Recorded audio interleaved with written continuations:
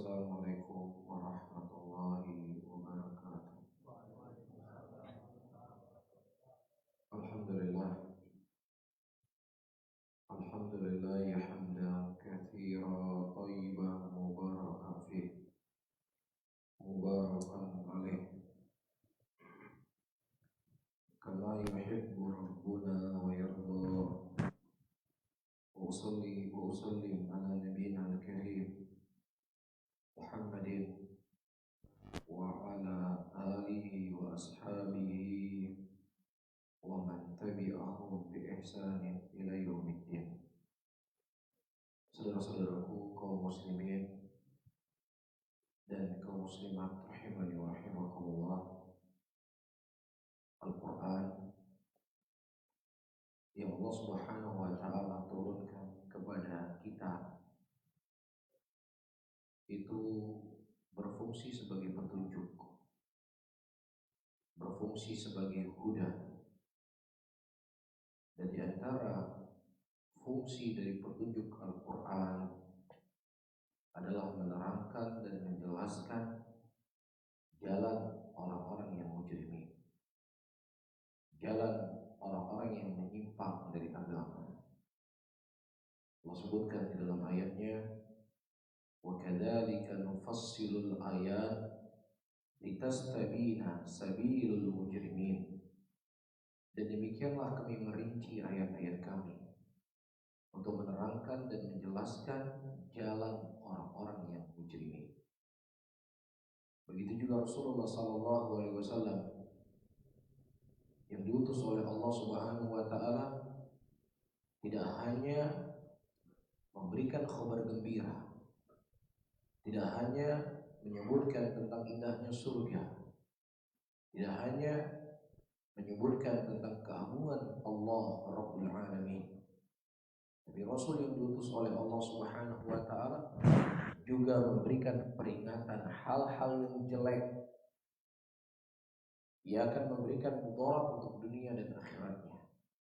Allah menyebutkan di dalam ayatnya, Rasulan mubasysyirin wa mundhirin li'alla yakuna lin-nasi 'ala Allahi hujjatun ba'da rasul.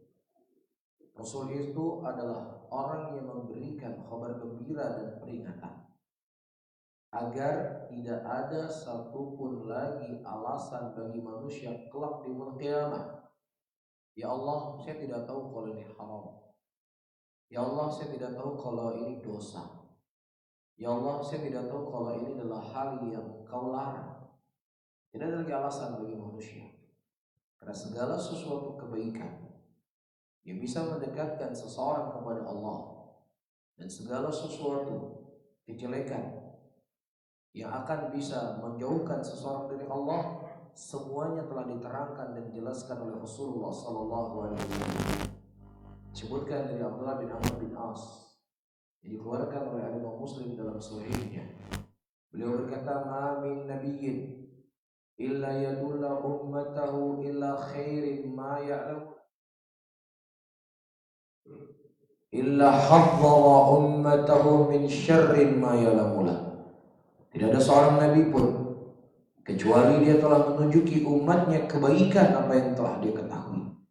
Dan juga tidak ada seorang nabi pun kecuali dia telah mengingatkan hal-hal yang jelek apa yang telah dia ketahui. Oleh karena itu dari sunnah Rasulullah SAW yang sangat mulia, yang sangat agung, beliau sangat perhatian ya kepada sahabat-sahabat beliau.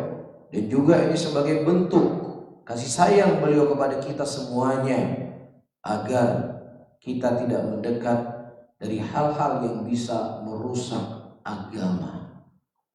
Sebutkan dalam sebuah riwayat, ketika Umar bin Khattab radhiyallahu taala anhu memegang beberapa lembar mushaf Taurat. Kita yakini sebagai umat Islam, Taurat merupakan kitab suci yang Allah Subhanahu wa ta'ala turunkan kepada Musa alaihissalam. Ketika Rasulullah melihat ada beberapa lembaran Taurat di tangan Umar, ditegur oleh Nabi SAW. Kata Rasulullah, kalau seandainya Musa hidup di zamanku, maka wajib bagi dia untuk mengikuti syariatku. Rasulullah SAW berpesan kepada Umar, ya Umar, cukup bagi engkau Al-Quran. Cukup bagi engkau Al-Quran. Taurat ini merupakan kitab yang sudah terhapus. Sesuatu yang sudah terhapus tidak ada hukum padanya. Subhanallah. Ini bukan bentuk ekstrim, bukan bentuk hanya membenarkan Al-Quran saja, tetapi ini adalah sebagai bentuk penjagaan agar tidak tercampur pada diri seseorang antara sesuatu yang belum dihapus dengan sesuatu yang telah dihapus. Lah bagaimana lagi kemudian seseorang membaca buku-buku yang isinya dari A sampai Z adalah batil, mendengar hal-hal yang dari A sampai Z-nya seluruh batil, atau mendengar sesuatu yang tercampur antara hak dengan batil, yang kemudian dia tidak bisa membedakan mana yang hak dan mana batil di antara perkara tersebut, pasti tentunya Rasulullah SAW akan lebih kuat di dalam melarang. Oleh karena itu, para hadirin dan hadirat rahimani wa rahimakumullah, disebutkan hati manusia ini, dia itu ibarat gelas. Ya, gelas, ketika kita akan minum air dari gelas, pertama gelasnya itu harus bersih, harus suci. Yang kedua, sesuatu yang dimasukkan juga harus bersih. Ini gelas misalnya terbuat dari berlian misalnya, bersih, mengkilat dan seterusnya. Kemudian diisi apa? Diisi anggur, minuman keras. Bisa kita minum? Tidak bisa kita minum. Selanjutnya, ini gelas kotor. Iya, sudah lama tidak dicuci, bahkan ada najisnya. Disiram air zam-zam. Bisa kita minum? Tidak bisa kita minum. Begitu juga hati. Hati membutuhkan sesuatu yang bersih, dan yang masuk kepadanya juga harus bersih. Dan itu yang dijaga oleh Nabi SAW. Rasulullah SAW menjaga hati Umar bin Khattab radhiyallahu ta'ala agar tidak masuk sesuatu yang bisa mengotori qalbunya. Dan ini saya tegankan kembali para hadirin, adalah sunnah dari sunnah Rasulullah SAW yang sangat mulia. Ini bukan ekstrim, bukan menang sendiri atau lain sebagainya, tetapi ini sebagai bentuk penjagaan hati kita yang lemah. Sementara kebatilan tersebut terkadang dihias-hiasi sesuatu yang tidak bisa dibedakan mana hak dan batil. Suatu hari Rasulullah Umar bin Khattab radhiyallahu taala anhu duduk dengan sahabatnya. Mereka berdiskusi tentang fitnah yang dikhabarkan oleh Nabi SAW yang cukup mematikan. Kemudian ada sebagian sahabat mengatakan fitnah yang dimaksudkan adalah fitnah A, fitnah B, fitnah C. Kemudian kata Umar bin Khattab, bukan itu yang saya inginkan. Datang Hudzaifah bin Yaman radhiyallahu ta'ala dan beliau berkata, sami'tu an-nabiyya sallallahu alaihi wasallam yadhkurul fitan kal mawjil bahr. Aku mendengar Rasulullah sallallahu alaihi wasallam menyebutkan sebuah fitnah bagaikan ombak lautan yang sangat deras. Apa fitnah tersebut?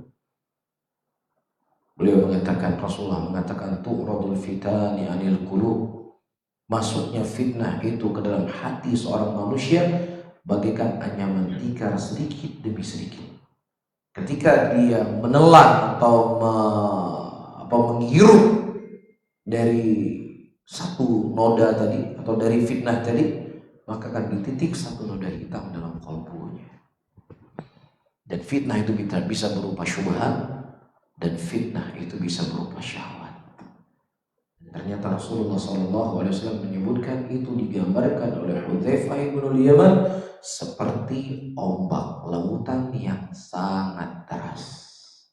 Nah, kalau seandainya Rasulullah menggambarkan kepada kita kengerian daripada fitnah tersebut, maka seorang muslim, orang yang cerdas, apakah dia dekat-dekat sesuatu yang bisa merusak kalbunya yang berupa syubhat tadi, atau dia justru menjauh? Tentunya orang yang cerdas dia akan menjauh.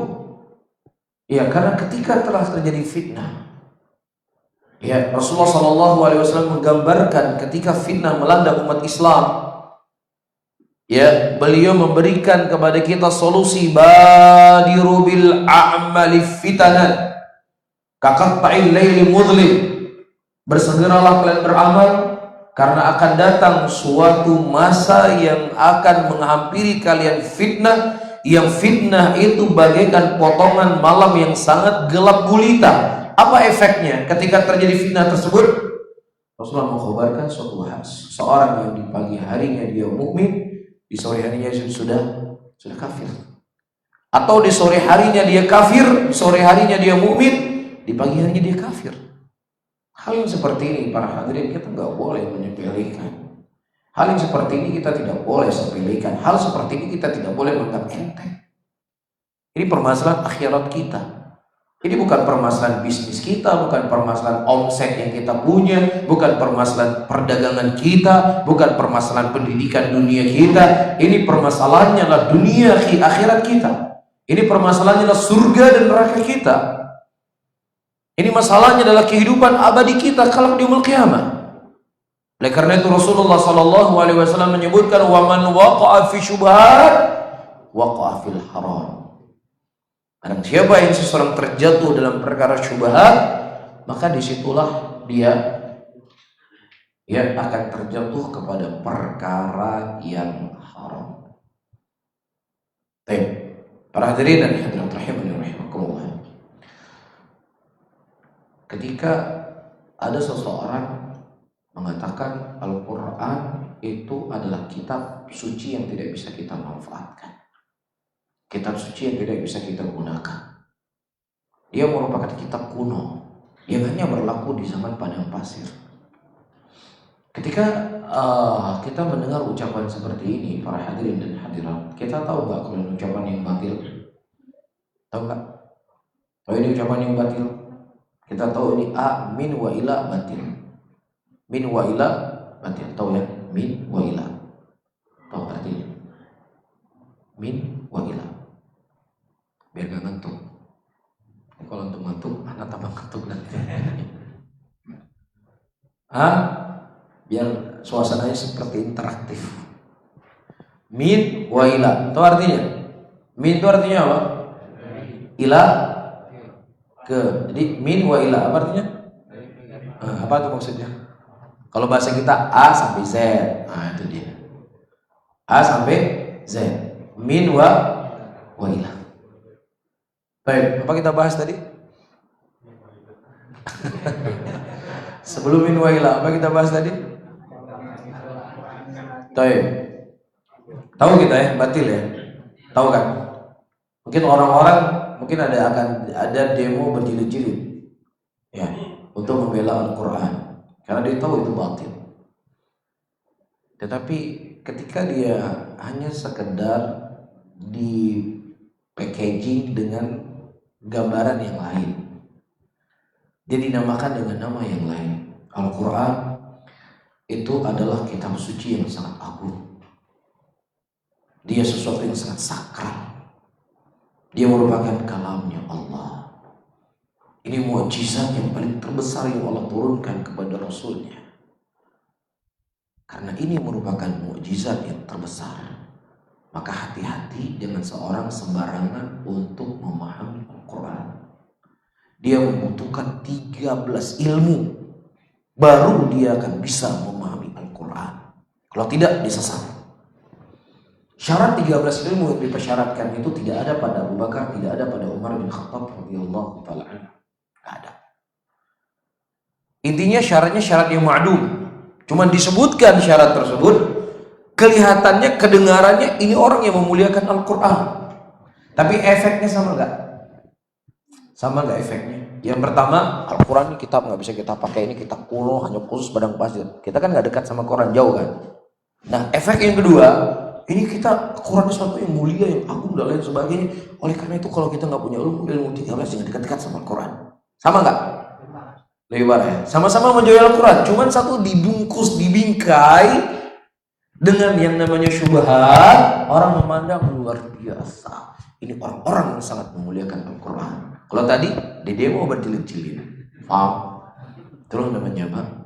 Syubhat. Bahaya nggak kira-kira? Ada terkadang syubhat itu kita bisa tahu dengan jelas. Ada terkadang syubhat itu tersamar.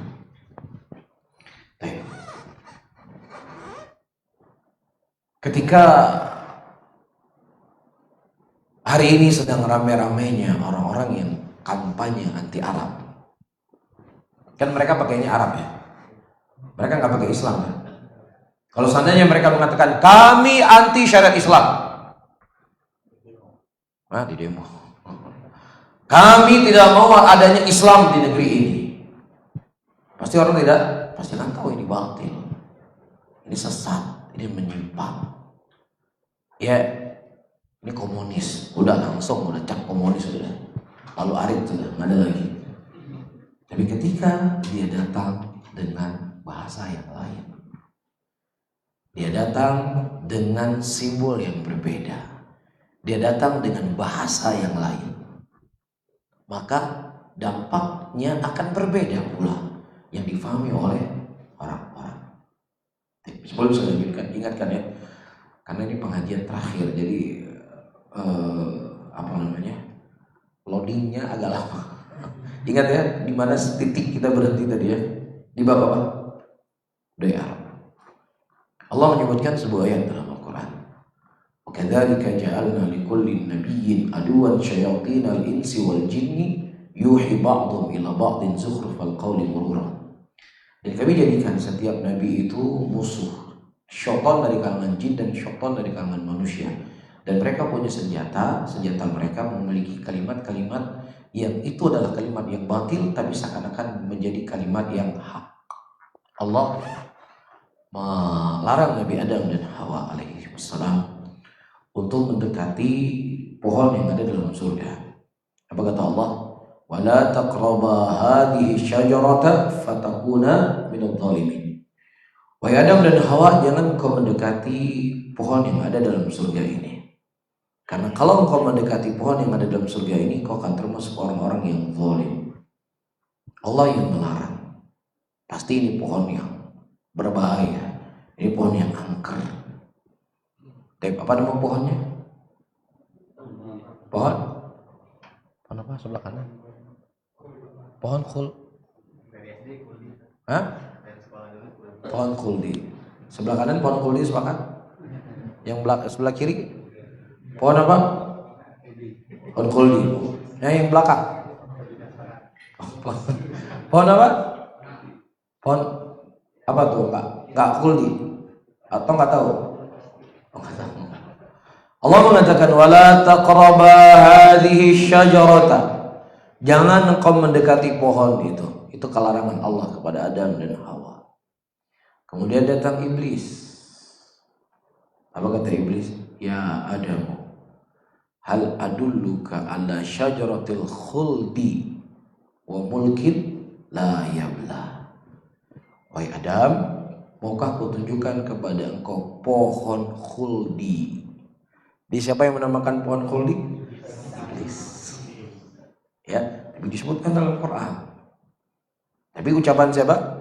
Iblis. Wahai Adam, maukah aku tunjukkan engkau sebuah pohon khuldi, pohon yang abadi dan kerajaan yang tidak akan pernah punah. Apa itu?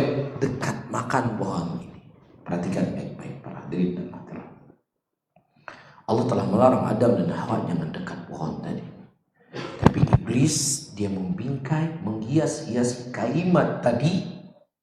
Dihias-hiasi oleh iblis ya kepada Adam alaihissalam sampai Nabi Adam alaihissalam lupa kalau Allah subhanahu wa ta'ala melarang beliau mendekati pohon itu. Lupa Nabi Adam. Demikian disebutkan oleh Imam Nawawi rahimahullah ta'ala. Dan Nabi Adam berada dalam surga. Teman-temannya malaikat. Iya, ada cuma satu iblis saja. Tapi boleh lupa. Kita kedudukannya bukan seperti Nabi Adam. Nabi Adam Allah ciptakan dengan tangan Allah. Kita juga tidak tinggal di surga. Hati kita juga tidak sebaik Nabi Adam alaihissalam.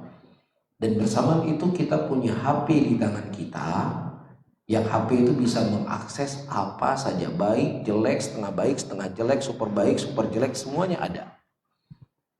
Iya, ditambah dengan sukanya kita kepo dengan sesuatu, suka penasaran dengan sesuatu, yang itu terkadang membuka pintu-pintu kita ingin tahu. Iya, dan ya, mati menyayat. Enggak ya? Ini membuat kita ingin tahu.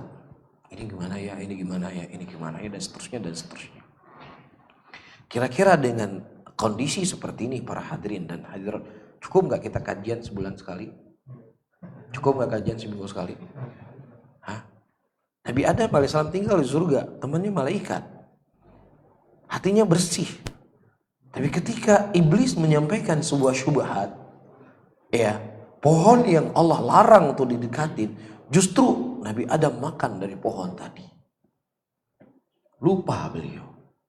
Nah kita, mohon maaf, kajian sekarang, ya jangankan ditanya setelah kajian, 5 menit setelahnya lupa. Kan seperti itu. Coba kita coba ya. Apa kata iblis tadi ketika dia mengajak Adam untuk makan buah? Nah kan kuli-kulinya aja ingatnya. Jadi kekal. Enggak, saya pengen nas ayatnya. Berarti kita cepat lupa kan? Nah kira-kira teman-teman semuanya, para hadirin dan hadirat, cukup nggak belajar sebulan sekali? Cukup nggak belajar seminggu sekali? Cukup ya? Cukup nggak belajar 3 hari sekali? Cukup. Karena hati manusia itu cepat sekali berubah. Dan bersama dengan itu banyak sekali syubhat yang ada di hadapan kita. Kalau kita cinta dengan agama kita, kita cinta dengan hidayah, kita cinta dengan keistiqomahan, maka tidak ada yang bisa kita lakukan selain berdoa kepada Allah dan semangat untuk hadir di kajian, hadir di majelis ilmu.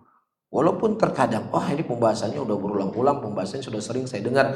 Hadirnya kita di majelis ilmu bukan hanya sekedar untuk menambah ilmu itu sendiri, tetapi hadirnya kita di majelis ilmu untuk memberikan ketenangan dalam hati kita agar kita selalu cinta sama Allah, agar kita selalu ingat dengan akhirat, agar kita selalu ingat akan ada kematian, agar kita selalu ingat akan ada namanya hisab. Jadi bukan hanya sekedar menambah ilmu, tetapi memberikan ketenangan dalam hati. Ini yang harus kita pahami. Terlebih antum tinggal di kota seperti ini. Ya, antum tinggal di kota Jakarta. Fitnah di mana-mana, syubhat di mana-mana. Ya, maka kita harus membentengi diri kita lebih kuat. Ya, seperti yang akan saya sebutkan beberapa hal, itu mudah-mudahan semakin menambah rasa takut kita kepada Allah Subhanahu wa taala akan kondisi dan keadaan kita. Baik. Para hadirin dan hadirat rahimani wa rahimakumullah, sudah bisa digambarkan juga lagi ya bagaimana bahayanya syubhat. Baik, kita kembali ke masalah yang saya bilang tadi, berhenti di sana. Masalah apa? Akan lupa. Masalah apa? Bukan Quran. Quran udah selesai tadi. Apa? Arab. Betul kan saya bilang baru 5 menit udah lupa. Para hadirin dan hadirat rahimani wa rahimakumullah, kalau seandainya mereka mengkampanyekan anti syariat, udah semua orang kan paham ini adalah batil.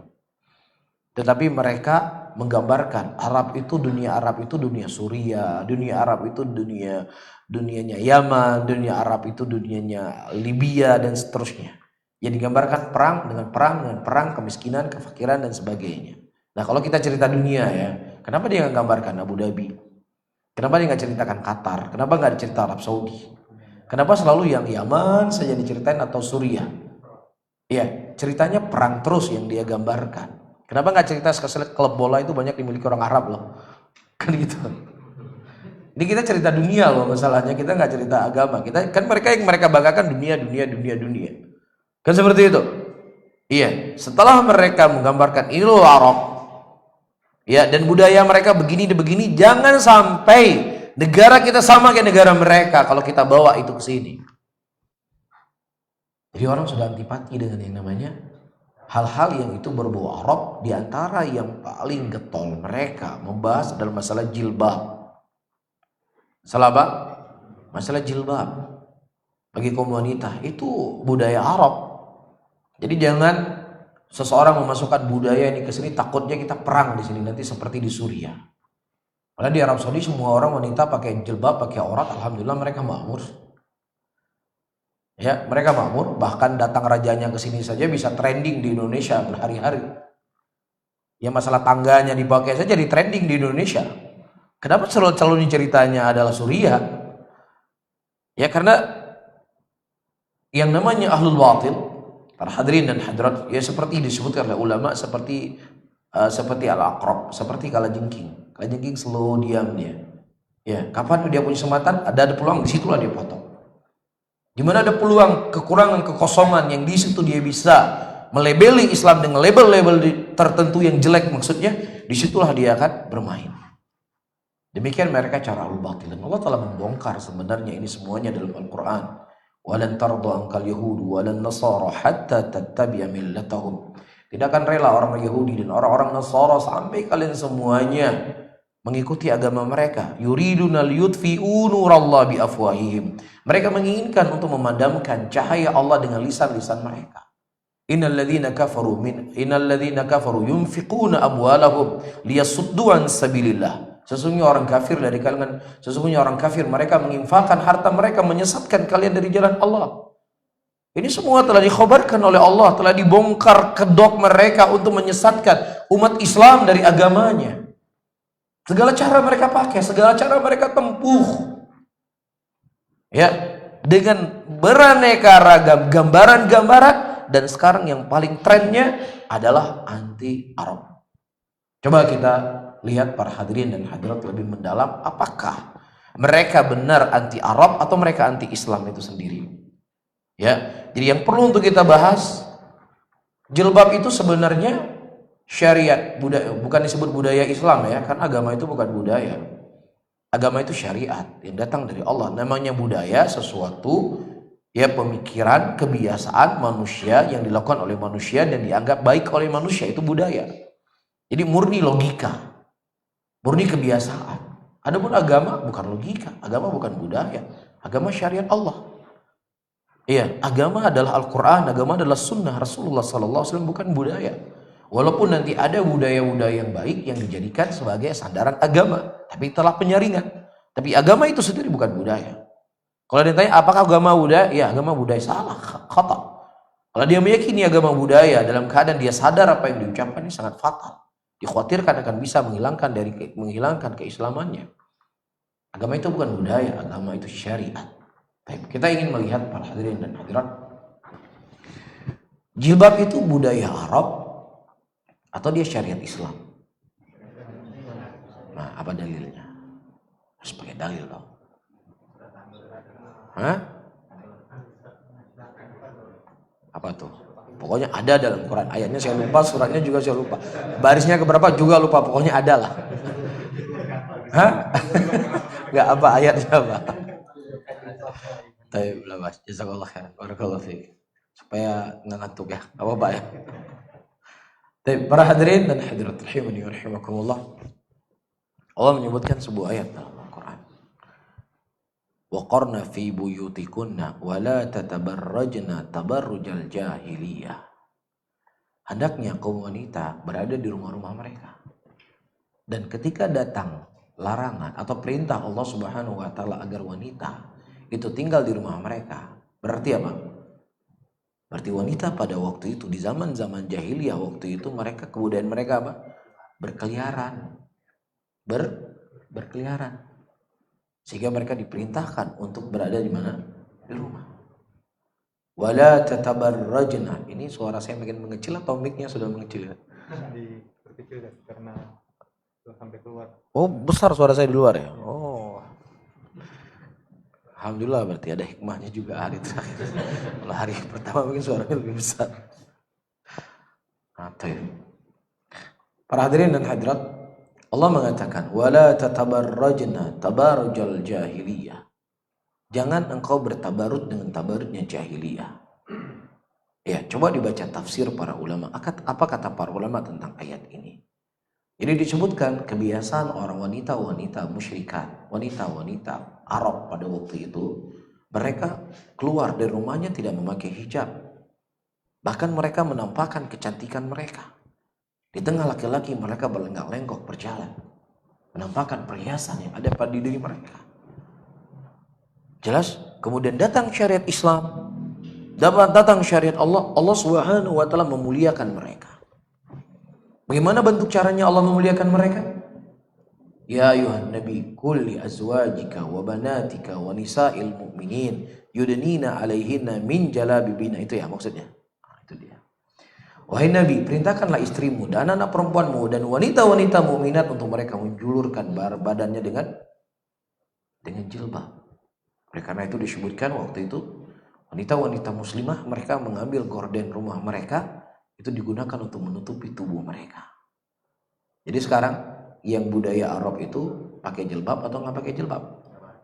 Nggak pakai jilbab. Jadi kalau mereka komitmen sama anti Arab, dia pakai jilbab supaya nggak sama orang Arab. Jelas ya? Ya, itu kondisi mereka. Bahkan kita ketahui para ulama menceritakan bahwasanya mereka orang-orang musyrikin ketika tawaf dalam keadaan apa? Dalam keadaan telanjang. Ini keadaan mereka, ini kondisi mereka. Kemudian Allah Subhanahu wa taala memuliakan mereka. Mengagungkan mereka dengan apa? Menutupi diri. Logikanya begini, saya sampaikan kemarin di masjid yang lainnya. Logikanya begini. Ada medan yang mau saya media. Anggaplah bakwan. Tahu bakwannya? Bukan bahasa Aceh bakwannya. Tahu nggak tahu bakwan? Bahasa Aceh bakwan. Bahasa Indonesia ya? Bakwan, tahu? Atau risol. Bakwan risol dijual di toko biasa. Berapa harganya kira-kira? 2.000 ya? Oh, di Aceh masih 1.000. 2.000. Ayo. Nah, kalau seandainya bakwan tadi dengan harga 2.000 dibungkus dengan bungkusan yang indah, di packaging dengan packaging yang bagus, kemudian ada kreseknya, ada namanya, ada Instagramnya, pakai bahasa Inggris sedikit, kira-kira berapa harganya? 10.000 ya? Padahal isinya sama. Kenapa lebih mahal? Kenapa? Ya kemasan. Kenapa kemasannya itu? Tertutup. Ya. Tertutup. Sesuatu yang lebih mulia lebih tertutup. Ya, tadi saya kan masuk ke sini, ke perumahan ini ya. Itu dijaga sama satpam, ditanya mau kemana dan seterusnya. Baik. Ada rumah yang nggak ada satpamnya. Masuk bebas. Mana lebih mahal, rumah sana atau rumah yang di sini? Sewanya atau belinya? Kenapa? Lebih tertutup lagi. Jadi sesuatu yang sifatnya lebih tertutup itu lebih mahal, lebih mulia. Ya, kalau beli emas imitasi yang harganya 20.000, tertutup atau terbuka? Terbuka. Kalau beli berlian permata yang harganya miliaran, di mana kira-kira dijual? Toko mana? Kita aja nggak tahu karena memang mungkin ekonomi kita bukan ekonomi orang beli permata yang miliaran ya.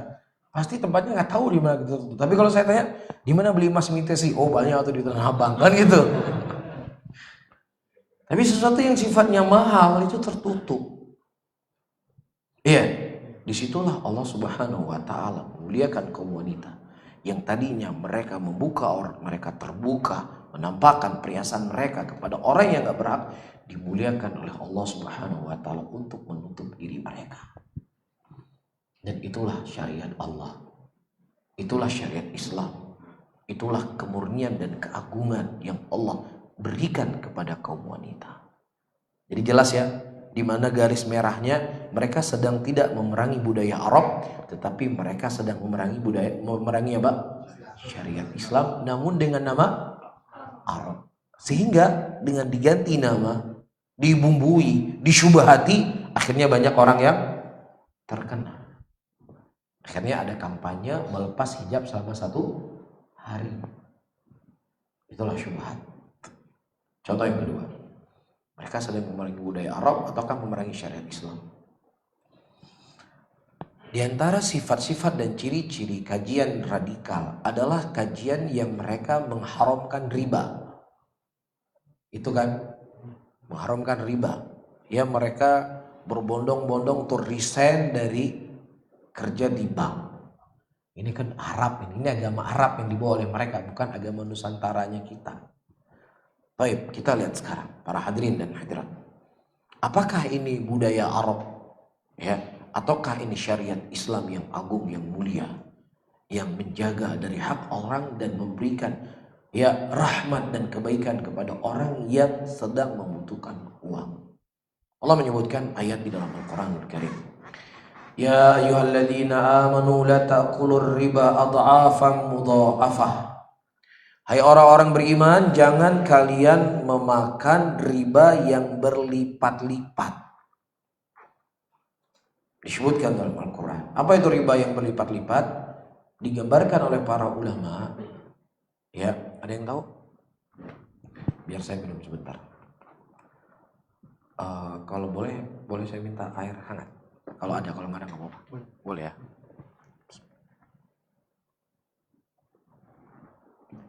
Afwan. Nah, ada yang tahu apa itu riba yang berlipat-lipat? Ada yang tahu? Halo, assalamualaikum. Ada sinyal ya? Kalau di Jakarta kan sinyal kencang semua, XL kencang, semua kencang ya. Kalau di Aceh wajar, kadang-kadang hilang sinyal. Apa itu riba jahiliyah? Apa itu riba? Ya ayyuhalladzina amanu la ta'kulur riba adha'afan mudha'afah. Itu riba, ribanya Abu Lahab, ribanya Abu Jahal, ribanya orang-orang jahiliyah. Jadi kalau meminjamkan uang, ya itu dibungakan. Pinjam uang 10 juta, dibungakan 2 juta, 12 juta. Perjanjiannya setorannya setiap tanggal 1. Ya, setorannya.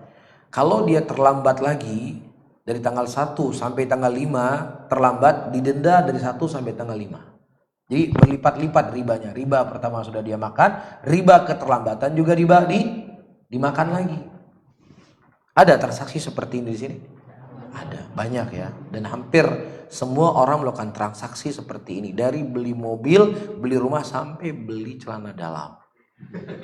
Kan seperti itu. Iya. Nah ini para hadirin dan hadirat, prakteknya siapa? Prakteknya Abu Jahal, prakteknya Abu Lahab, prakteknya musyrikin, orang-orang zaman jahiliyah. Orang yang berhutang biasanya itu kan butuh dia kan. Karena dia memang butuh dengan uang. Dia tidak punya kemampuan. Walaupun ada di sana orang-orang hutang itu konsumtif sifatnya. Tapi kebanyakan orang yang berhutang memang dia butuh. Ya, nah orang yang butuh itu ditolong atau ditindas? Ditolong. Kasih Pak. Para hadirin dan hadirat rahimani wa rahimakumullah. Hukum jahiliyah seperti ini Allah Subhanahu wa taala dihapus oleh Allah. Allah mengatakan wa in kana dzu usratin fanadhiratun ila maisarah. Kalau seandainya orang-orang yang mereka tidak mampu membayar hutang, maka diberikan kepada mereka kelapangan daripada waktu. Bukan justru dilipat gandakan hutangnya, bukan justru disita barangnya, yang kemudian diambil seluruhnya, tidak dikembalikan sedikit pun kepada pemiliknya yang zalim. Dia kredit mobil sudah dibayar 3 tahun, tertunggak 4 bulan, nggak sanggup bayar, bangkrut dia misalnya. Itu sudah mobilnya diambil, dikembalikan nggak kepada kita? Enggak kan, nggak dijual mobilnya, berapa hak dia diambil, berapa hak kita dikasih, ada? Diambil seluruhnya. Dipraktek nggak di zaman sekarang? Hah? Bukankah ini radikal? Bukankah ini zalim namanya? Bukankah ini budaya jahiliyah, budaya yang hidup dalam kegelapan, yang telah diselamatkan oleh Rasulullah, yang telah dihapus oleh Allah Subhanahu wa taala di muka bumi Allah, kemudian mereka perbarui, dan ini tidak dianggap radikal, tapi orang yang mengatakan ini haram justru itu dianggap radikal. Sadaqan Nabi sallallahu alaihi wasallam, sayati alaikum zamanun al-qabid ala dini qal-qabid ala al-jamrah. Akan datang kepada kalian suatu zaman, suatu masa di mana ketika kalian berpegang di atas agama kalian sama seperti kalian memegang bara api. Kita yang memerangi radikal perekonomian seperti ini, justru kitalah yang dituduh radikal. Cuman masalah nggak? Ada masalah. Masalah nggak buat kita? Ada masalah. Ya, makan mesti sehari 3 kali kan? Masih kan? Masih. Hah? Masih juga bisa yang bersuami, beristri masih bisa berhubungan badan? Masih. Terus ngapain masalah juga? Dia sendiri akan memudaratkan dirinya. Apa yang dia sebutkan? Kemudian apa kata Allah? Saya baca ulang. Wa in kana dzu usratin fanadhiratun ila maisarah. Kalau seandainya mereka tidak memiliki kemampuan, berikanlah kelapangan waktu kepada mereka sampai kapan mereka mampu membayarnya. Taib. Kemudian kata Allah, kalau seandainya engkau memaafkan, maka itu lebih baik buat engkau. Subhanallah. Itu syariat Islam. Syariat yang agung, syariat yang mulia. Tapi justru ini dianggap sebagai budaya Arab, padahal budaya Arab itulah yang makan riba tadi. Iya, yang mencekik orang sudah dicekik kemudian ditipa tangga lagi di atasnya. Subhanallah wa ni'mal wakil. Lagi-lagi saya katakan, lagi-lagi saya ingatkan teman-teman semuanya. Kita akan tahu keindahan Islam, kita akan tahu kemuliaan Islam, kita akan tahu keagungan agama kita ketika kita belajar agama itu sendiri. Tapi kalau kita Islamnya cuma sekedar KTP, Islamnya cuma sekedar Islam keturunan, kita tidak akan mengetahui kemuliaan dan keagungan agama Allah Subhanahu wa taala. Oleh karena itu tidak ada sesuatu perkara yang paling mulia, yang paling agung yang Allah berikan kepada seorang hamba lebih daripada dikenalkan dengan agama ini. Dikenalkan dengan sunnah, dikenalkan dengan hidayah, dikenalkan dengan manisnya ilmu, dikenalkan dengan lezatnya majelis ilmu. Walaupun mungkin di masa pandemi seperti ini, ekonomi menurun, omset menurun, pekerjaan sulit, mungkin ada yang di PHK. Tidak perlu kita khawatirkan. Asal iman, Islam, sunnah, manisnya ilmu masih ada di dalam badan kita. Itulah bekal kita akan kita bawa untuk bertemu dengan Allah. Ya, justru harta yang kita miliki terkadang itu akan menambah beban hidup kita kelak di yaumul qiyamah. Oleh karena itu teman-teman semuanya, siapa yang mendapatkan masalah seperti ini? Ya, masalah hal yang saya sebutkan, PHK dan lain sebagainya, banyak mengingat kematian. Banyak mengingat kematian itu akan menghibur diri kita. Ya, mungkin justru kelak di yaumul qiyamah ketika kita melihat mudahnya hisab yang Allah hisab kita. Ya, di situ kita akan menyadari bagaimana kasih sayang Allah kepada kita. Ya, mudah untuk dihisab. Tidak ada sesuatu hal banyak pertanyaan karena memang saya tidak punya apapun dari dunia sudah diambil oleh Allah di dunia ini. Itu pandangan yang harus kita memandang hidup kita, teman-teman semuanya. Ya, jangan selalu memandang kenikmatan yang Allah berikan itu hanya sebatas berapa gaji yang kita punya. Jangan kita memandang nikmat itu berapa penghasilan yang kita miliki setiap bulan. Itu adalah secuil dari sekian besar nikmat yang Allah berikan kepada kita, secuil. Sepakat gak? Gaji yang kita dapatkan setiap bulan itu merupakan secuil dari sekian banyak nikmat yang Allah berikan kepada kita. Saya sebutkan. Antum pernah mengalami penyakit gak bisa tidur? Pernah. Gak bisa tidur berhari-hari, berminggu-minggu? Pernah. Saya pernah berdiskusi dengan seorang teman. Mudah-mudahan Allah menyembuhkan penyakitnya. Beliau sudah 3 bulan tidak bisa tidur. Kecuali cuma 1 jam saja dia tidur sehari. Ya, apa yang dia miliki? Kasur yang empuk, rumah yang bagus, mobil yang nyaman, pekerjaan yang sangat menjanjikan. Ternyata itu gak ada apa-apanya dengan nikmat bisa tidur. Subhanallah. Terkadang kita bukan tidak ada nikmat yang Allah berikan kepada kita, tapi mata kita selalu buta dengan nikmat yang Allah berikan untuk kita, teman-teman semuanya. Kalau seandainya ada orang yang ingin membeli mata antum yang sudah kabur, siapa yang paling tua di sini? Mohon maaf. Siapa paling tua? Oh, yang di depan. Tapi matanya sudah mulai kabur-kabur ya pasti ya. Mau nggak mata yang sudah mulai kabur-kabur, yang sudah mulai tidak terlihat, dibeli 20 miliar mau? Nggak mau, 1 triliun. Nanti coba saya bantu iklan. Mau dijual 1 triliun. Kan udah kabur juga. Ya, mungkin kelihatannya cuma 40% lagi fungsinya. Dibeli 1 triliun. 1 triliun bisa beli rumah di sini? Hah? Bisa ya? Berapa rumah bisa beli? 1 gang. 1 gang ya. Tapi nggak mau kan dijual, mau Bapak jual matanya? Mau ya? Nggak ya? 1 triliun loh. Ada yang mau?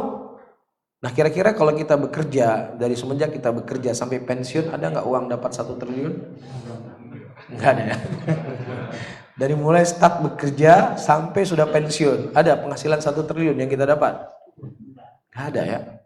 Nah subhanallah, satu nikmat Allah yang Allah berikan kepada kita nggak mau jual dengan harga 1 triliun. Subhanallah. Lagi-lagi saya katakan, Allah bukan tidak memberikan nikmat kepada kita, tapi terkadang kita sulit untuk melihat besarnya nikmat yang Allah berikan untuk kita. Ya, kita dibutakan mata terkadang. Kita lupa dengan begitu besar banyak nikmat yang Allah berikan kepada kita semuanya. Ya, udah kita cerita udah sekarang nggak usah cerita dolar, nggak usah cerita rupiah, mungkin kurang menggiurkan. Kita cerita dolar lah. Cerita dolar ya. Ya, antum punya jantung ingin dibeli dengan harga 10 triliun dolar. Mau nggak? 10 triliun, mungkin jantungnya udah, ya mungkin sudah umur 50 tahun kan fungsi jantung kan semakin berkurang. Dibeli 10 triliun dolar. 10 triliun dolar bisa beli apa kira-kira? Bisa beli apa? Bisa beli pulau 1 Jawa. Mau nggak kita jual? Gak mau kan? Dari mana jantung itu? Siapa yang memberikan? Allah Rabbul Alamin. Jadi teman-teman kita yang sudah ikut kajian, sudah kenal agama, kita nggak ada kamus kita mengeluh apapun kondisi kita. Nggak ada kamus mengeluh. Kita harus selalu positif dalam hidup kita, harus selalu semangat. Iya, itu semua adalah titipan Allah, dan bisa saja Allah mengambil kapan yang Allah Subhanahu wa taala kehendaki. Nggak perlu kita mengeluh. Logikanya begini. Kadang-kadang kalau diberikan logika cepat mudah nangkap. Antum misalnya dipinjemin rumah di komplek ini, dekat masjid lagi. Kebetulan rumah udah habis sewa, uang lagi udah nggak ada, dipinjemin rumah 3 bulan di sini. Masya Allah, nikmat nggak? Nikmatnya luar biasa tinggal di sini. Ini Jakarta apa ini? Jakarta Barat. Oh bukan Jaksel ya? Karena Jaksel itu katanya beda, anak Jaksel lah. Tapi 3-4 bulan dipinjamin rumah, subhanallah, nikmatnya luar biasa. Tapi kemudian sudah tinggal kita 4 bulan di sini, 3 hari sebelum kita mau keluar dari rumah, telepon sama pemilik rumah, Bapak, mungkin saya mau balik, jadi rumahnya mau saya pakai. Kira-kira apa yang kita ngomong? Oh nggak bisa lagi Pak, ini udah rumah saya. Ada nggak? Ada nggak? Hah? Enggak kan? Atau antum ada nggak marah nggak? Ya baik Pak, apa-apa. Ada nggak? Enggak kan? Apa yang antum buat? Wah, harus gotong royong ini, harus bersih-bersih nih. Agar bagaimana Bapak tersebut menerima kembali rumahnya dalam keadaan bersih, dalam keadaan nyaman, tidak ada yang rusak. Itu kan? Itu normalnya orang kan? Nah sekarang para hadirin dan hadirat teman-teman semuanya, siapa yang lebih berhak mengambil sesuatu dari kita? Apakah orang yang meminjamkan rumah kepada kita selama 4 bulan atau Allah Rabbul Alamin? Siapa yang lebih berhak mengambil barang titipannya? Allah yang lebih berhak untuk mengambil apa yang Allah titip kepada kita. Dan ketika Allah mengambil di situ ada hikmah yang sangat besar di balik itu, kita sadar ataukah kita tidak sadar? Kemudian kenapa kita harus mengeluh? Kemudian kenapa kita harus gelisah? Kenapa kemudian kita harus suudzon kepada Allah? Kemudian kenapa kita harus meninggalkan istiqomah? Kemudian kenapa kita harus menjauhi dari Allah? Apa salahnya? Allah menitip kepada kita sesuatu, kemudian Allah ambil, dan terkadang ketika Allah mengambil sesuatu yang Allah titip kepada kita, Allah ingin mengganti yang lebih baik, atau Allah ingin menyelamatkan kita dari sesuatu yang bisa memberikan mudarat kepada kita, atau Allah ingin memudahkan hisab kita kelak di yaumul qiyamah. Ini thamarah tauhid, ya hasil akidah yang dipelajari oleh seseorang dalam kehidupannya. Karena akidah itu bukan hanya tertulis dalam buku. Akidah itu bukan hanya disampaikan dalam ceramah, Tapi akidah tauhid yang kita pelajari memberikan efek dalam hidup kita. Dalam segala kondisi dan keadaan kita benar-benar menjadi hamba Allah Subhanahu wa Ta'ala. Bukan menjadi hamba Allah ketika kita mendapatkan nikmat. Bukan menjadi hamba Allah ketika kita sehat. Bukan menjadi hamba Allah ketika kita punya pekerjaan yang layak. Tapi kita selalu menjadi hamba Allah dalam kondisi apapun keadaan kita. Para hadirin dan hadirat rahimakumullah. Disebutkan oleh Ibnu Hibban rahimahullah di dalam sahihnya, ada seorang laki-laki, dia melewati sebuah gubuk di tengah padang pasir atau di tengah hutan. Kemudian dari dalam gubuk tersebut terdengar suara kakek-kakek yang dia sedang berdoa kepada Allah Subhanahu wa Ta'ala. Dia berkata, "Ya Allah, Engkau telah memuliakan saya. Ya Allah, berikanlah kepadaku rezeki untuk bisa bersyukur kepadamu. Ya, dan bersyukur dengan nikmat yang telah Kau berikan kepadaku. Dan Engkau telah memuliakan aku lebih daripada apa yang telah Kau berikan kepada manusia yang lainnya." Kurang lebih begitu beliau berdoa kepada Allah. Kemudian laki-laki yang mendengar dari luar, apa laki-laki ini keutamaan dan kemuliaannya, sehingga dia mengatakan, "Kau telah memuliakan saya ya Allah lebih daripada apa yang telah Kau berikan kepada manusia yang lainnya." Dia lihat tangannya lumpuh, kakinya lumpuh, hidup sebatang kara di tengah gubuk. Ya, matanya sudah mulai buta. Kemudian ditanya, "Ya fulan, apa nikmat yang Allah berikan kepada engkau sehingga engkau mengatakan engkau telah dimuliakan oleh Allah di atas seluruh manusia atau di kebanyakan manusia?" Dia berkata, "Saya masih punya lisan. Dengan lisan ini saya bisa memuji Allah Subhanahu wa Ta'ala. Dengan lisan ini saya bisa mengatakan Alhamdulillah, Allahu Akbar, la ilaha illallah. Ini nikmat yang besar sekali buat saya. Tapi saya punya seorang anak, yang anak saya ini sudah beberapa hari dia tidak pulang kepada saya. Boleh kamu bantu saya mencari anak saya?" Apa yang beliau khawatirkan? Beliau tidak khawatir bagaimana beliau makan. Beliau tidak khawatir bagaimana beliau minum. Beliau nggak khawatir. Karena beliau sadar kalau memang seandainya jatah saya sudah tidak ada di dunia ini, saya akan meninggal. Laqad alimtu bi anna rizqi la yaqulu ghairi fatmana bi qalbi. Aku mengetahui bahwasanya rezekiku nggak pernah dimakan oleh orang lain, sehingga membuat hatiku tenang. Allah yang Maha Adil tidak salah dalam memberikan rezeki. DHL saja nggak salah alamat ngirim barang kalau alamatnya benar. Masa kita ragu sama Allah? Kan seperti itu. Kemudian para hadirin dan hadirat rahimani wa rahimakumullah, dicarilah anaknya tadi. Ya, kemudian didapatkan anaknya sudah dicabik-cabik oleh binatang buas, sudah meninggal. Kemudian laki-laki ini mengatakan, "Apa yang harus kusampaikan kepada dia?" Iya, ini satu-satunya anaknya yang bisa membantunya, yang meruntuhkan dia, memberikan makannya, dan memberikan minum, dan seterusnya. Kemudian para hadirin dan hadirat rahimani wa rahimakumullah, dengan berat dia berkata, "Wahai fulan, siapa yang lebih mulia engkau dengan Nabi Ayub alaihissalam?" Dia berkata, "Jelas Nabi Ayub lebih mulia daripada saya."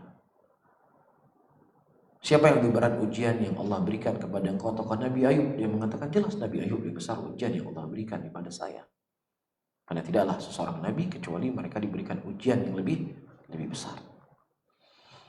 Kemudian dia berkata, "Wahai Bapak, aku telah mendapatkan anakmu itu sudah dicabik-cabik binatang buas. Dia sudah meninggal." Apa kata Bapak ini? "Alhamdulillah, Alhamdulillah, Alhamdulillah." Dia memuji Allah Subhanahu wa Ta'ala. Kenapa dia memuji Allah? Allah Subhanahu wa Ta'ala tidak menjadikan keturunanku orang-orang yang dia durhaka dengan orang tuanya. Allah nggak menjadikan keturunanku orang-orang yang tidak mau menjalankan perintah Allah. Saya bersyukur kepada Allah. Dia tidak mengurusi saya, bukan dia bosan karena saya sudah tua atau saya sudah lemah, tapi dia tidak mengurusi saya karena dia sudah meninggal. Subhanallah. Dan beliau meninggal. Setelah beliau meninggal, datang orang-orang, diceritakanlah tentang laki-laki ini. Kemudian ketika dibuka wajahnya, ternyata beliau adalah Abu Kilabah, Abdullah bin Zaid al-Jarmi, imam dari imamnya tabi'in rahimahullahu ta'ala. Kenapa beliau sampai ke dalam tempat yang seperti ini? Ketika itu beliau dipilih menjadi qadhi. Beliau diangkat sebagai qadhi, tapi beliau tidak mau khawatir agama beliau rusak sehingga beliau lari untuk menyelamatkan agamanya. Subhanallah. Demikianlah kondisi orang-orang yang beriman. Demikianlah kondisi orang-orang yang mana tauhid dan akidah yang dipelajari terpatri dalam kalbunya dan berefek dalam kehidupannya. Kalau kita berbicara nikmat teman-teman semuanya, walaupun dengan masa pandemi seperti ini, ya, kita masih makan sehari 3 kali. Masih makan sehari 3 kali. Kita masih punya rumah walaupun mungkin masih sanggup untuk sewa. Tapi orang seperti ini yang kita sebutkan tadi, iya, beliau menganggap beliau begitu besar nikmat yang Allah berikan. Inilah yang harus kita gali, yang harus kita tanamkan dalam hati kita dari ilmu yang kita tuntut. Jangan sampai kita sudah belajar 10 tahun nuntut ilmu, sudah puluhan tahun kita nuntut ilmu, sedikit diuji sama Allah sudah lemas, sedikit diuji oleh Allah sudah mengeluh, sedikit diuji oleh Allah sudah ini dan itu. Apa faedah kita nuntut ilmu? Jadi ilmu dituntut itu memberikan efek dalam kehidupan kita, bukan hanya sekedar maklumat, bukan hanya sekedar bid'ah syirik sana, bid'ah halul bisbih dan seterusnya. Bukan itu samarah dari ilmu. Samarah ilmu ketika seseorang itu mendapatkan sesuatu qada dan takdir dari Allah dalam kehidupannya, dia bisa mempraktekkan ilmunya.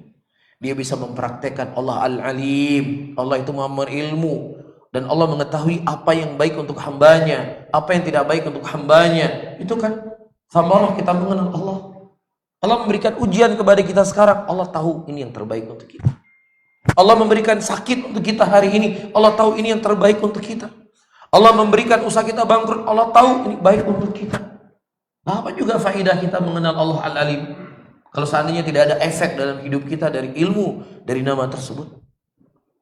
Bisa difahami para hadirin dan hadirat rahimani wa rahimakumullah. Kita lanjutkan. Sampai jam berapa kajian kita? Jam 11. Jam 11 selesai semuanya. Ada sesi tanya jawabnya? Ada. Sesi tanya jawab jam berapa? Terserah anda gitu. Kita lanjut.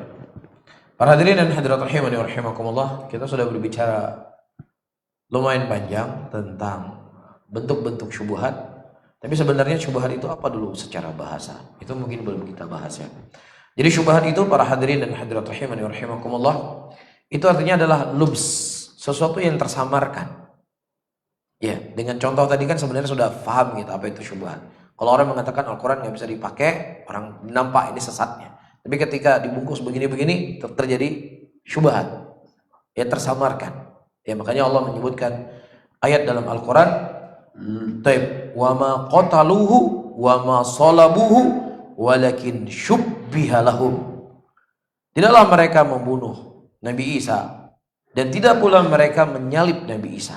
Akan tetapi apa? Syubbiha lahum.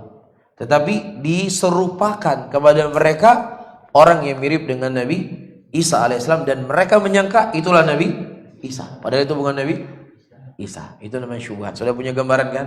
Dan saya rasa dengan gambaran atau dengan contoh-contoh yang saya sebutkan tadi sudah sangat dimaklumi.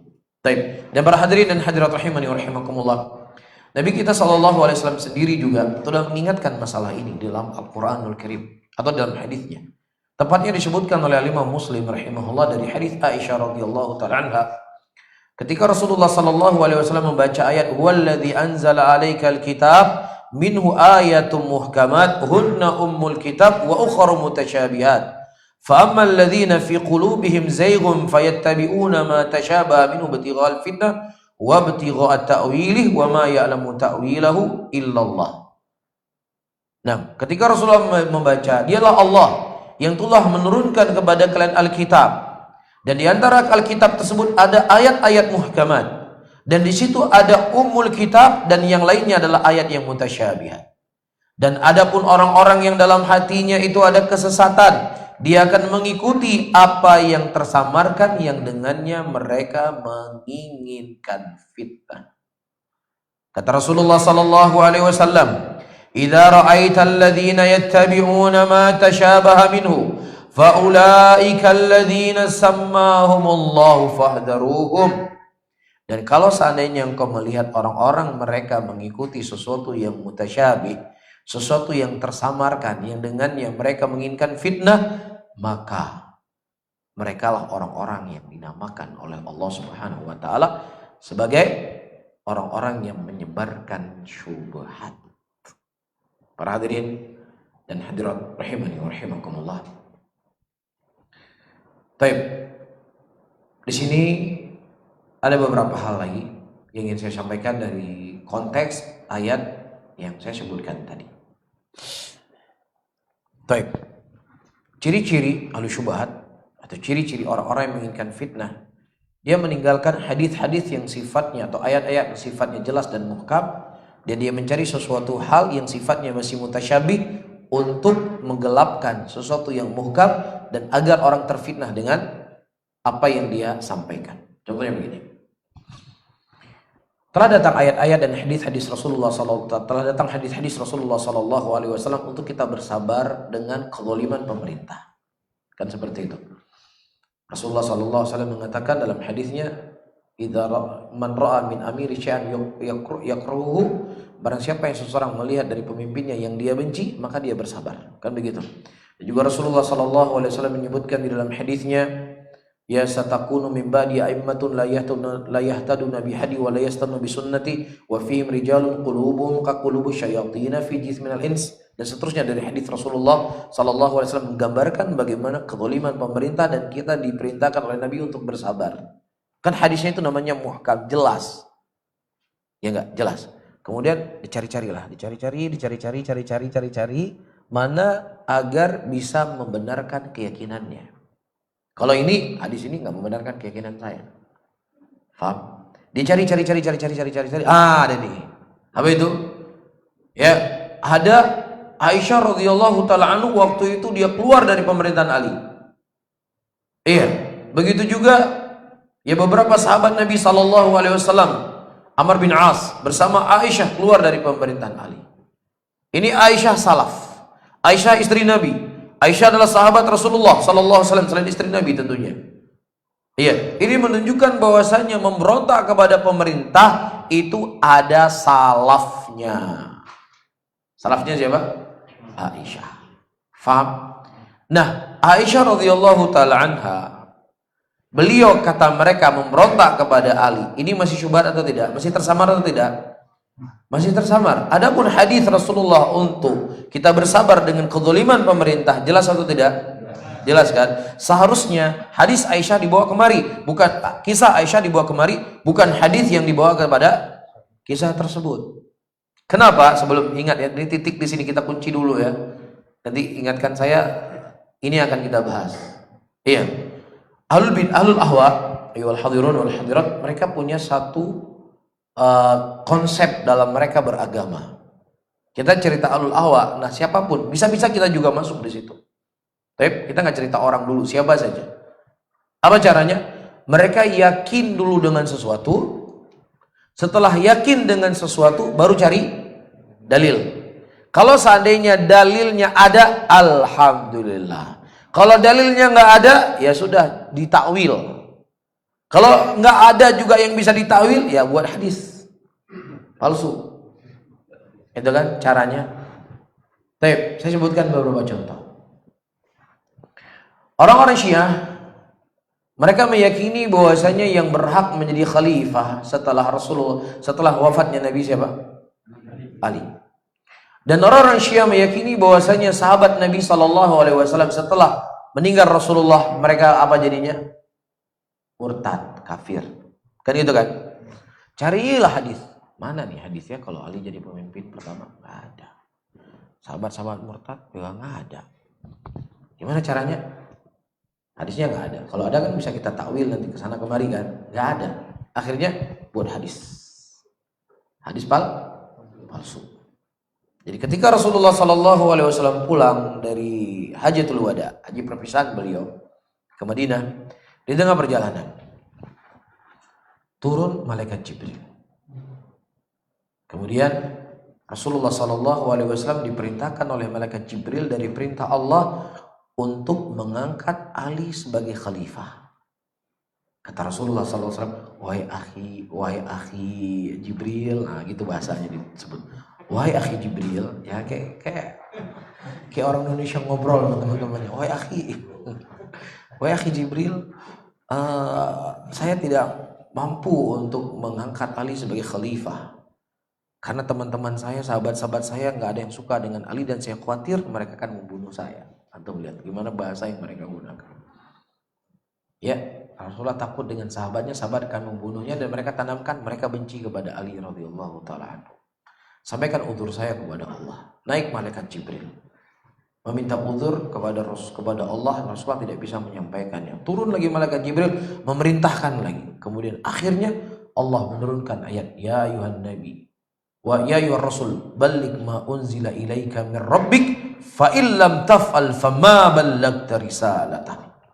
Wahai Rasul, sampaikanlah apa yang Allah Subhanahu wa taala turunkan kepadamu. Kalau engkau tidak menyampaikan, engkau tidak menyampaikan risalah ini. Ayatnya ada dalam Quran? Ada. Dicampur-campur. Jadi seakan-akan asbabun nuzulnya adalah karena Khalifah Ali bin Abi Thalib. Bisa difahami? Pulang Rasulullah ke Madinah dan beliau mengkhabarkan yang berhak menjadi khalifah adalah Ali bin Abi Thalib. Setelah meninggal Rasulullah sallallahu alaihi wasallam, siapa yang menjadi khalifah? Abu Bakar. Kesimpulannya setelah dia buat hadis palsu tadi, hadis yang dibuat-buat, dia mengatakan, setelah meninggal Rasulullah sallallahu alaihi wasallam yang Rasul telah berwasiat, yang menjadi khalifah adalah Ali, kemudian justru yang diangkat sebagai khalifah adalah Abu Bakar. Iya, dan kemudian dibaiat oleh semua sahabat Nabi. Berarti Abu Bakar As-Siddiq telah berkhianat kepada Allah. Abu Bakar As-Siddiq telah berkhianat kepada Rasul. Abu Bakar As-Siddiq telah berkhianat kepada Ali. Dan apa hukumnya orang yang berkhianat kepada Allah dan Rasulnya? Apa hukumnya? Kafir, murtad. Dan semua sahabat yang dia ridho dengan pengkhianatannya Abu Bakar kepada Allah dan Rasulnya, apa hukumnya mereka? Murtad semuanya. Dan orang-orang hari ini yang mereka mengakui kekhalifahan Abu Bakar dan meridhoi Abu Bakar, mendoakan kebaikan Abu Bakar, berarti mereka semuanya bersepakat untuk mengkhianati Allah dan Rasulnya. Apa hukumnya? Kafir. Hadisnya sudah dibuat sendiri, ya, dipalsukan, kemudian disitulah dia membangun sesuatu perkara. Itulah bahayanya.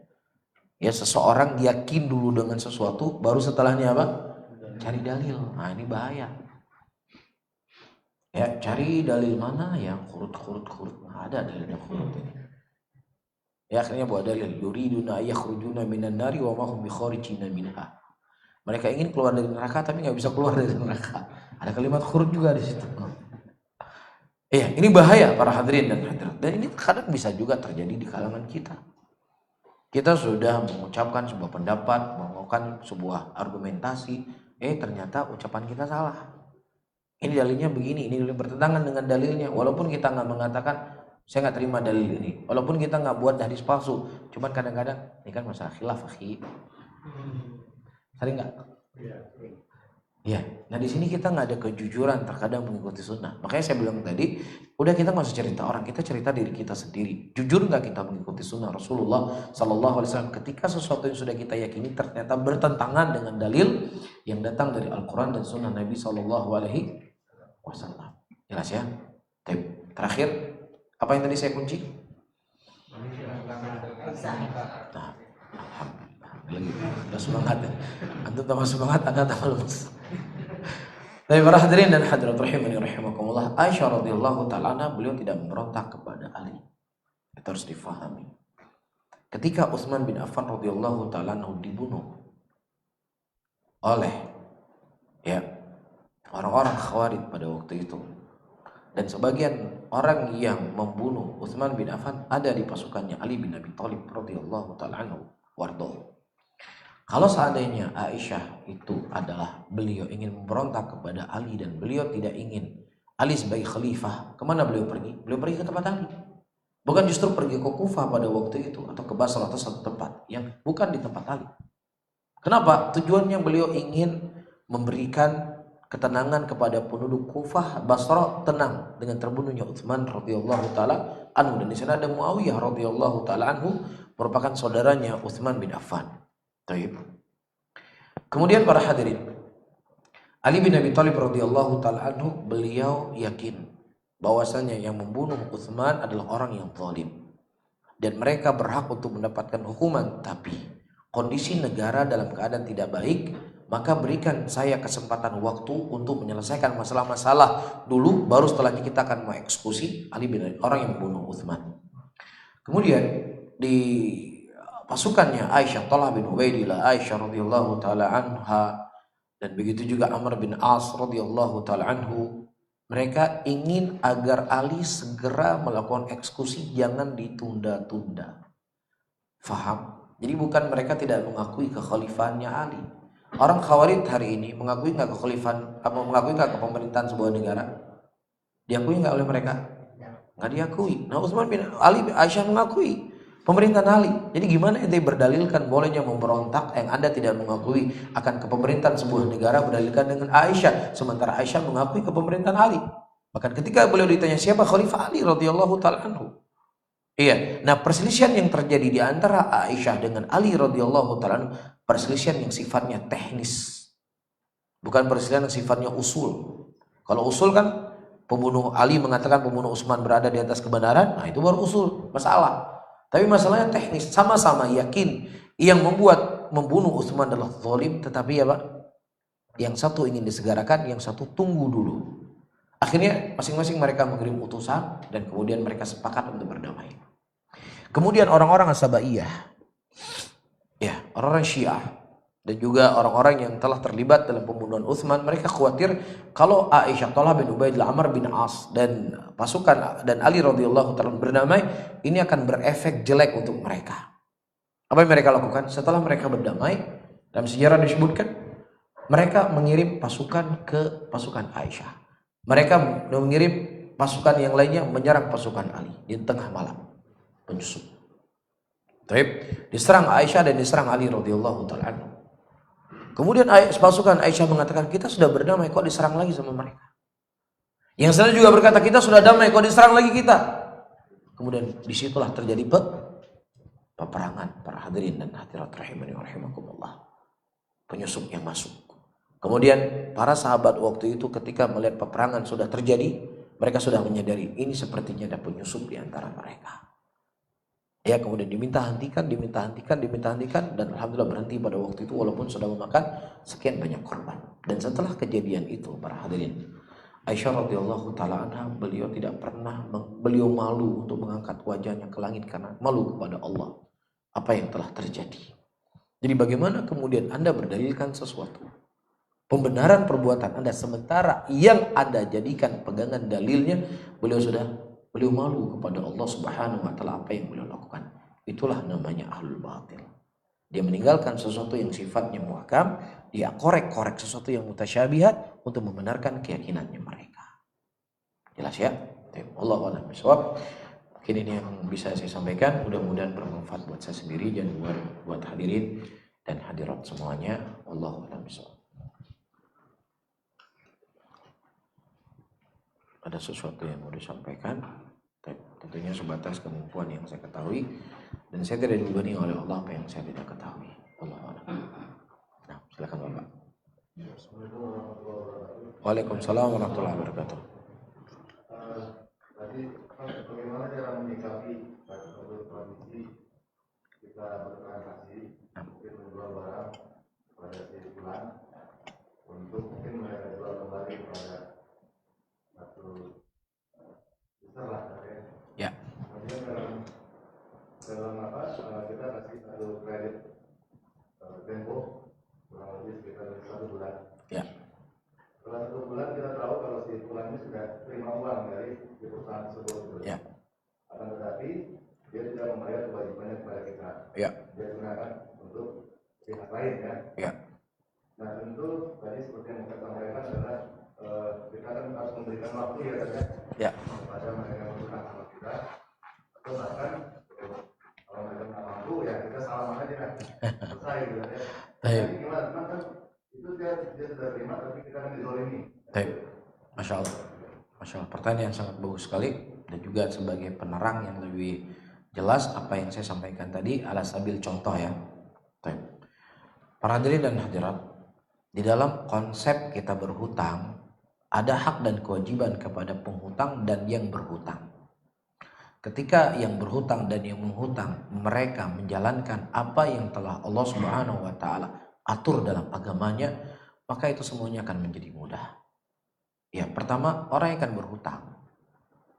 Yang pertama kali dilakukan ketika dia akan berhutang, saya berhutang inilah sesuatu yang sifatnya penting buat saya. Bukan yang sifatnya konsumtif. Ya, ini bulan, ya biasa bulan, ini iPhone 13 sudah keluar ini. Ya, udah mau keluar, warnanya juga keren-keren dan seterusnya. Ya, dia sebenarnya untuk beli iPhone 5 saja kerepotan. Repot beli iPhone 5, tapi maksa diri beli iPhone 13. Caranya apa? Berhutang. Maka ini bukan cara yang baik. Walaupun Al-Quran membolehkan kita berhutang, tapi bukan kita berhutang hal yang seperti ini. Ini satu hal. Yang kedua, seseorang ketika dia berhutang, hal yang penting tadi, bukan beli iPhone 13 ya. Hal yang penting memang dia butuh. Maka dia berniat kuat untuk membayar hutang tersebut, maka Allah akan mudahkan dia untuk membayar hutang. Tapi kalau semenjak dia berhutang memang tujuannya, maafin saya bayar, hutang biarin aja. Itu akan Allah persulit dia untuk membayar hutangnya. Itu disebutkan dalam hadis. Baik. Kemudian para hadirin, kenapa kita tidak boleh bermudah-mudahan untuk berhutang? Karena efek daripada hutang itu kita akan terjerumus dalam kebohongan dan kedustaan. Bohong dan dusta itu sudah makanan sehari kelazimannya. Akhi, bulan depan ya saya bayar, saya pinjam uang. Dia tahu bulan depan dia nggak punya uang. Dia nggak punya penghasilan segitu. Bulan depan saya bayar ya. Bulan depan ditelepon, akhi bagaimana uangnya saya? Afwan akhi, istri saya sakit. Mau gimana kan? Buat cerita-cerita baru kan? Istri saya sakit, tadi dia begini. Betul istrinya sakit, cuma sakit. Mungkin sakit panuh. Cuma dibuat sakit seakan-akan dia butuh duit. Ya udah bulan depan ya insya Allah ya. Bulan depannya lagi, udah teleponnya sudah mulai ditutup. Ya, telepon udah nggak aktif. Ya ketemu di jalan, akhi mana kok teleponnya nggak aktif? Kebetulan ketemu. Ya ketemu di jalan. Oh ya akhi, afwan, HP saya kan gini. Padahal nomornya udah diganti. Tahu nggak? Ini efek seseorang bermudah-mudahan berhutang akan membuka pintu apa? Pintu kedustaan. Makanya Rasulullah SAW mengajarkan kita untuk hidup qanaah. Hidup apa yang kita mampu itulah kita hidup. Rasulullah SAW ingatkan untuk kepada kita semuanya dalam perkara dunia, unduru man asfala minkum, lihatlah yang di bawah kalian. Dalam urusan akhirat lihat yang di atas. Jangan selalu dalam urusan dunia lihatnya ke atas terus menerus, stres kita. Ya lihat kaki kita, sepatunya ada sepatunya LV. Ya capek nggak kira-kira? Capek. Cuman liatin orang setiap hari tasnya LV, topinya LV, baju kaosnya aja pakai LV. Waduh, saya nih baju kaos diskon. Iya, 300. Buat kita jenuh. Tapi kita sering lihat ke bawah. Ketika kita melihat ke bawah, alhamdulillah. Walaupun saya pakai sepatu, ya harganya sekian, alhamdulillah masih punya sepatu. Itu sebelah tangan saya, tengah saya, jangan pakai sepatu, kaki saja dia nggak ada. Alhamdulillah. Itu mengajarkan kita akan qanaah. Tapi kalau sering lihat ke atas, itu akan mengubah hidup kita konsumtif. Beli sesuatu yang kadang kita nggak mampu, cuman ikut lifestyle. Dia ikut untuk tren supaya nggak kalah ketika kita nongkrong. Ya ini fatal dalam kehidupan seseorang. Udah, ini hak orang yang berhutang. Yang selanjutnya, orang yang berhutang, Rasulullah mengatakan matul ghani zulmun. Orang yang sudah mampu untuk membayar hutang, dia tidak membayar, itu zalim, kata Nabi SAW. Zalim. Ya, jadi ketika seseorang sudah punya uang, bayar uangnya. Ketika sudah tempo waktu masuk, ya, dan Anda sudah berjanji bayar hutang Anda. Karena seseorang itu akan dilihat baik ataukah tidak baiknya dia dalam bermuamalah ketika urusan fulus. Itu kelihatan dia. Kelihatan yang mana yang belut, kelihatan mana yang orang lurus. Ketika kita bermuamalah uang dengannya. Jadi para hadirin dan hadirat teman-teman semuanya, ya hal yang perlu saya sampaikan juga sini sedikit, kita jangan terlalu memiliki ekspektasi yang terlalu tinggi kepada teman-teman yang ikut kajian. Betul mereka teman-teman kita orang baik, cuman bisa saja kita akan dapat teman-teman di kajian hutang nggak bayar. Saya pernah bermuamalah dengan orang awam sekalipun hutangnya lancar, ini udah diutangin sama teman kajian, hutang saya nggak dibayar-bayar. Bisa saja itu terjadi. Namun ketika itu terjadi ujian buat kita, jangan sampai kemudian kita mengatakan pengajian yang salah. Itu oknum. Oknum itu bisa didapatkan di mana saja. Ini penting teman-teman semuanya ya. Kemudian orang yang memberikan hutang. Orang yang memberikan hutang, makanya dalam Islam itu tidak mulu-mulu ceritanya keuntungan di sisi duniawiyah. Ada muamalah yang kita lakukan yang kita inginkan adalah keuntungan ukhrawiyah. Ketika seseorang memberikan hutang kepada saudaranya sekali, 2 kali, 3 kali dia memberikan hutang, ya, maka ketiga kali dia memberikan hutang, walaupun uangnya dikembalikan semuanya, itu pahalanya sama seperti dia bersedekah uang. Dicatat di sisi Allah Subhanahu wa taala. Dan dari waktu-waktu yang kita berikan kepadanya, setiap hari Allah akan berikan pahala kepada kita dari hutang yang dia belum bayar.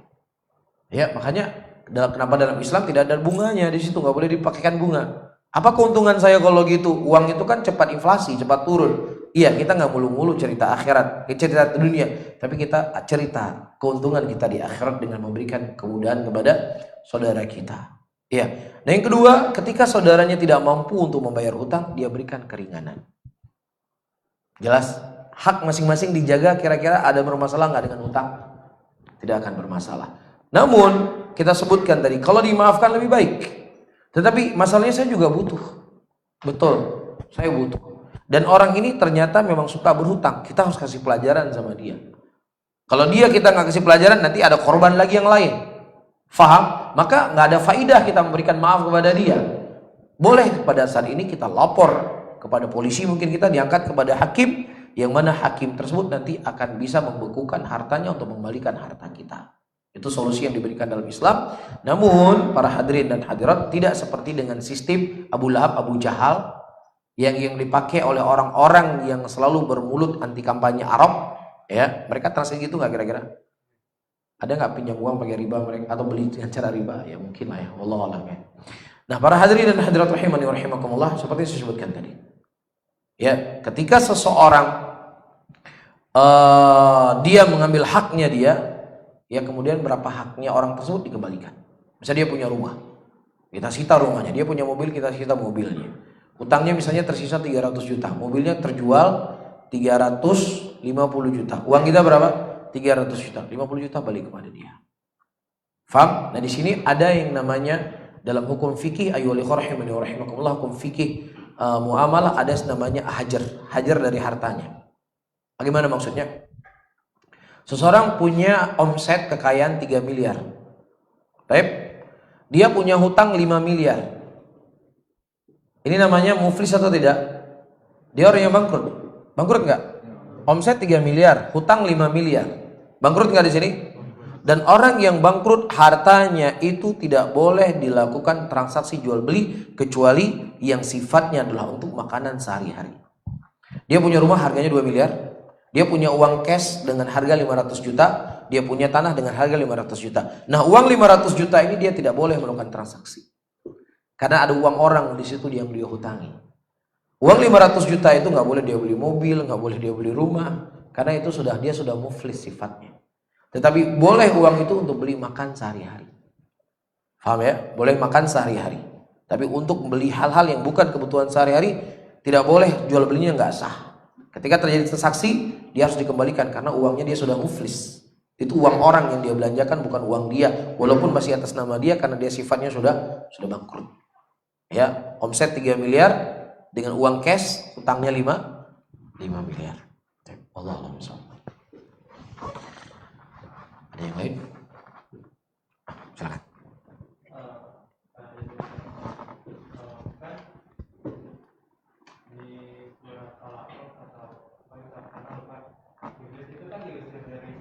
Ya.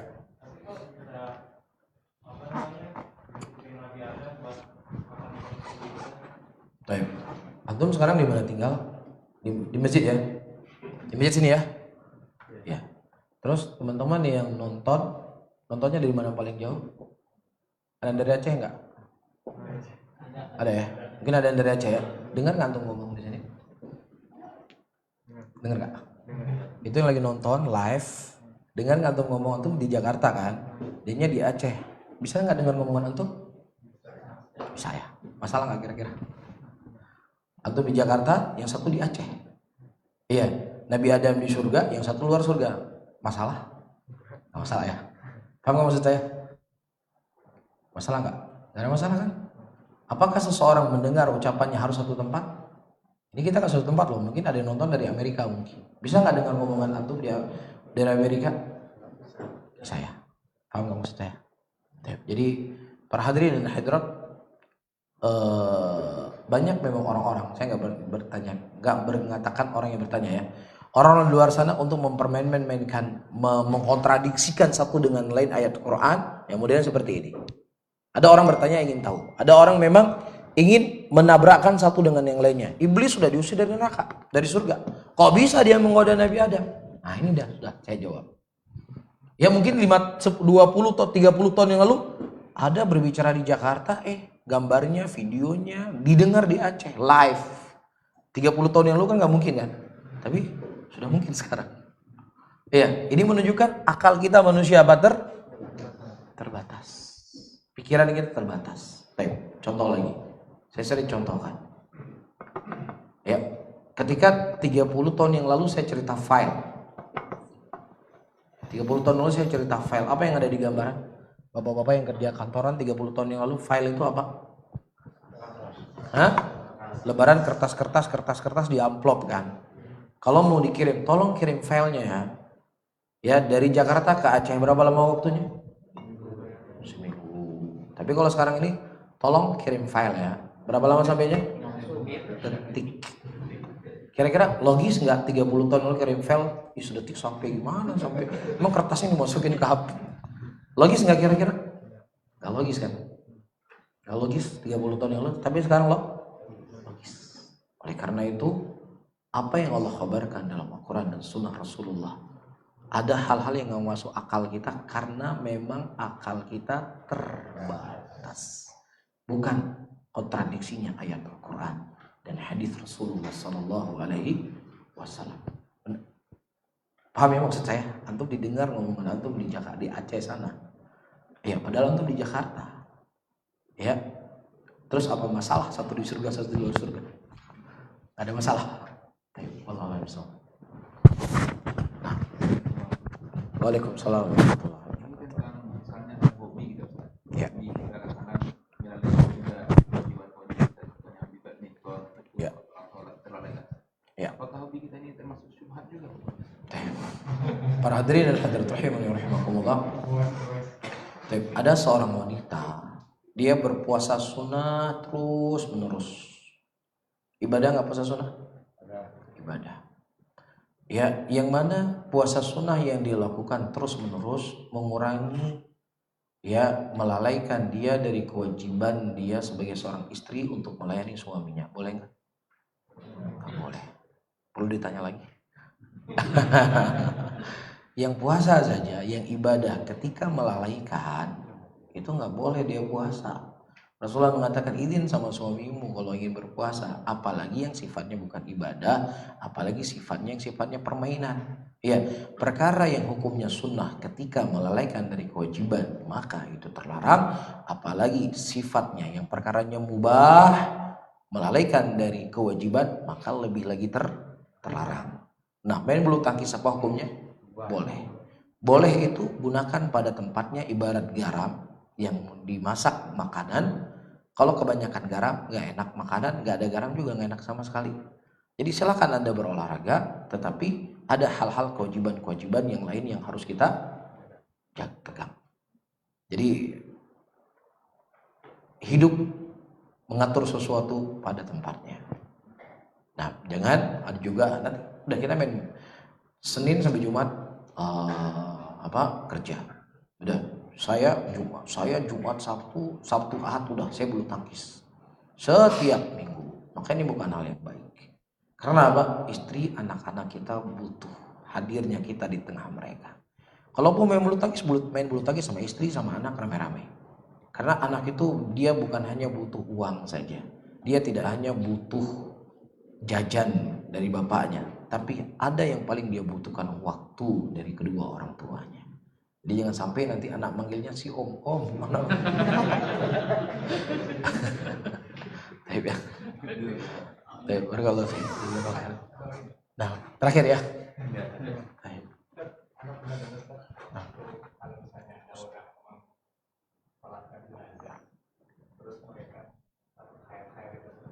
Coba? Oh, khair. Nah. Saya dengar mereka pakai dalil waktu saat Rasulullah kemudian kalian menjadi saksi. Ya. Apakah itu bagusnya? Atau penempatan hadisnya? Baik, wallahu a'lam bishawab, saya belum bisa jawab. Ya, apakah biasanya muslimin, wahai saudara-saudara kaum muslimin, perhatikan dia orang baik? Ya, baik. Ya, itu sering diamalkan muslimin. Apakah ini hal yang dimaksudkan, dibolehkan ataukah tidak? Wallahu a'lam bishawab, saya belum bisa jawab sekarang. Mungkin insyaallah saat saya cari bagaimana fatwa ulama tentang masalah ini. Mungkin ini bisa saya sampaikan. Mohon maaf ya, mungkin ceramahnya agak seperti bisik-bisik. Baik, mudah-mudahan bermanfaat untuk saya sendiri dan juga buat hadirin dan hadirat semuanya. Saya tutup. Subhanallah wa bihamdika, asyhadu an la ilaha illa anta, astaghfiruka wa atubu ilaik. Wassalamualaikum warahmatullahi wabarakatuh.